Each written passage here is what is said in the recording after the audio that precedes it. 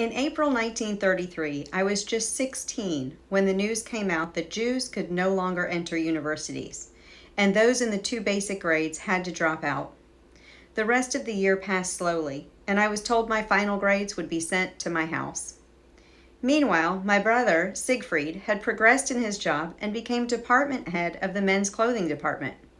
His boss, Carl Joel, was my father's cousin, and thanks to my brother's plea, he offered me a job as a lehrling, an apprentice in office procedures.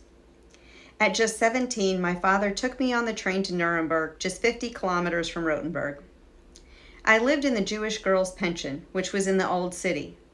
Our directress was a middle-aged widow who seemed positively ancient to us.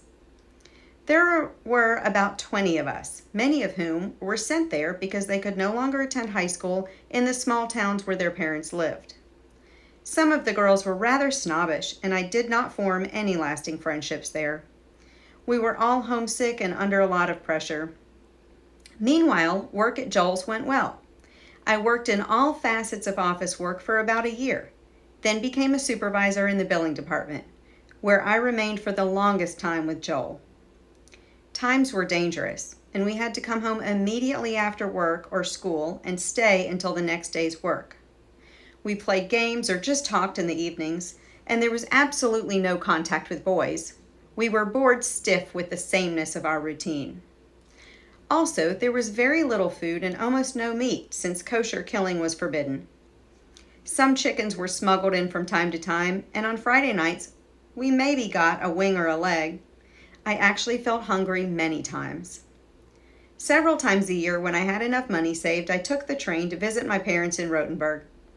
I had returned fortified with cakes and cookies, as did the other girls, but we all had to smuggle all of it in, as it was strictly kosher. My dear mother would send a cake or cookies once in a while, whenever she could get the necessary ingredients. Farmers would barter eggs, poultry, butter, and some vegetables to get merchandise. And Shochet would come secretly at night, but money was scarce, as fewer customers dared trade in our store, and the Nazi Party placed uniformed SA men in front of all Jewish businesses. Times were hard all over the country.